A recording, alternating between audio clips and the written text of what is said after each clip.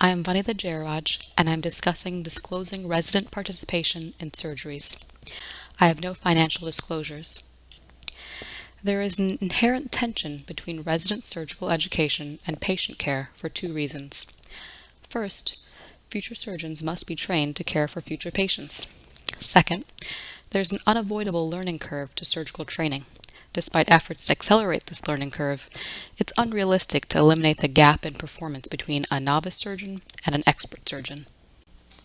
There is a definite learning curve to cataract surgery with higher rates of complication noted in trainees with less experience.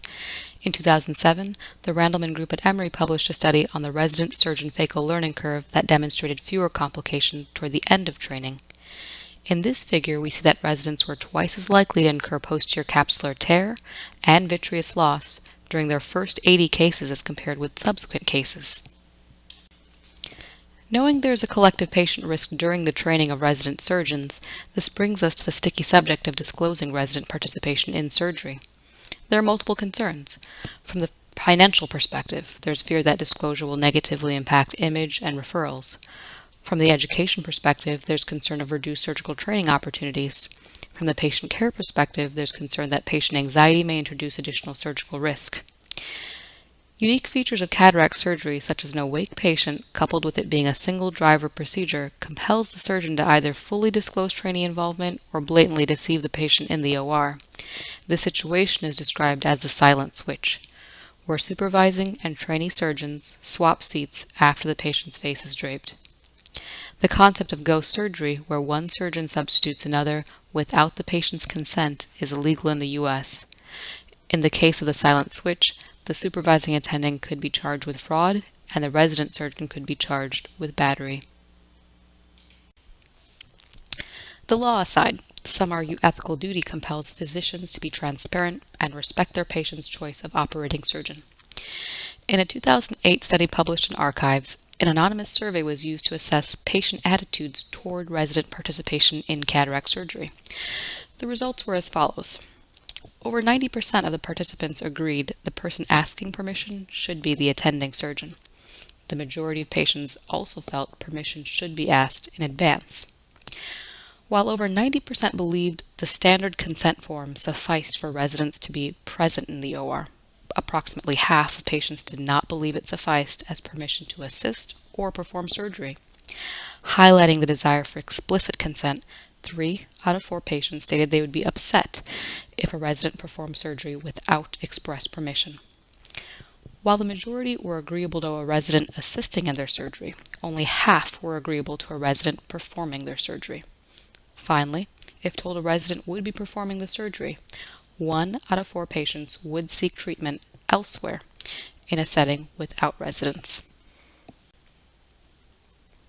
A study published in JAMA in 2012 benchmarked current practices regarding policies for disclosure of resident involvement by surveying program directors in the U.S. The authors reported a 45% response rate, and the results were as follows. The minority of programs, 1 out of 4, had established policies for resident disclosure. The majority of program directors agreed that patients do prefer permission to be asked in advance of resident participation, and also agreed that patients prefer complete disclosure regarding the level of resident involvement. At the same time, half of program directors also believed disclosing resident participation would reduce consent and so also reduce opportunities for surgical training. The following published vignette highlights the importance of presentation during the consent process. You are an attending ophthalmologist at a teaching institution. An ophthalmology resident is assigned to perform the case under your supervision. How will you present this to the patient? Option 1. Surgery is a team effort and I am captain of the team. Option 2. I will perform the surgery with involvement of a trainee. Option 3. A supervised resident will perform the surgery. Of these 3 options, the first is vague regarding the resident's specific role. The second option is misleading in presenting the attending as a primary surgeon. The third option is the most honest and specific disclosure of the 3. The literature has conflicting findings regarding patient consent of resident participation in surgery. Some studies report consent rates as low as 16%, while others report rates as high as 95%. Overall, the data does suggest the more honest, specific, and realistic the context provided to patients, the less likely they are to consent. Studies that boast high acceptance rates share the following factors. Consent tends to be obtained by a direct discussion between physician and patient, as patients are more likely to agree to please their surgeons. Reassuring vocabulary is used with an emphasis on a team approach, with a supervising attending as the team captain. Other key factors include a lack of specifics regarding the extent of the resident's role and a failure to disclose the higher complication rate of resident surgeons. The AAO Code of Ethics states an ophthalmologist must not misrepresent credentials, training, experience, ability, or results. The literature reflects resident-performed cataract surgery has complication rates ranging from 1 to 9%, varying with institution and resident. Experienced high-volume surgeons for typical cases have a complication rate less than 0.1%. So, resident participation itself is a relative risk factor.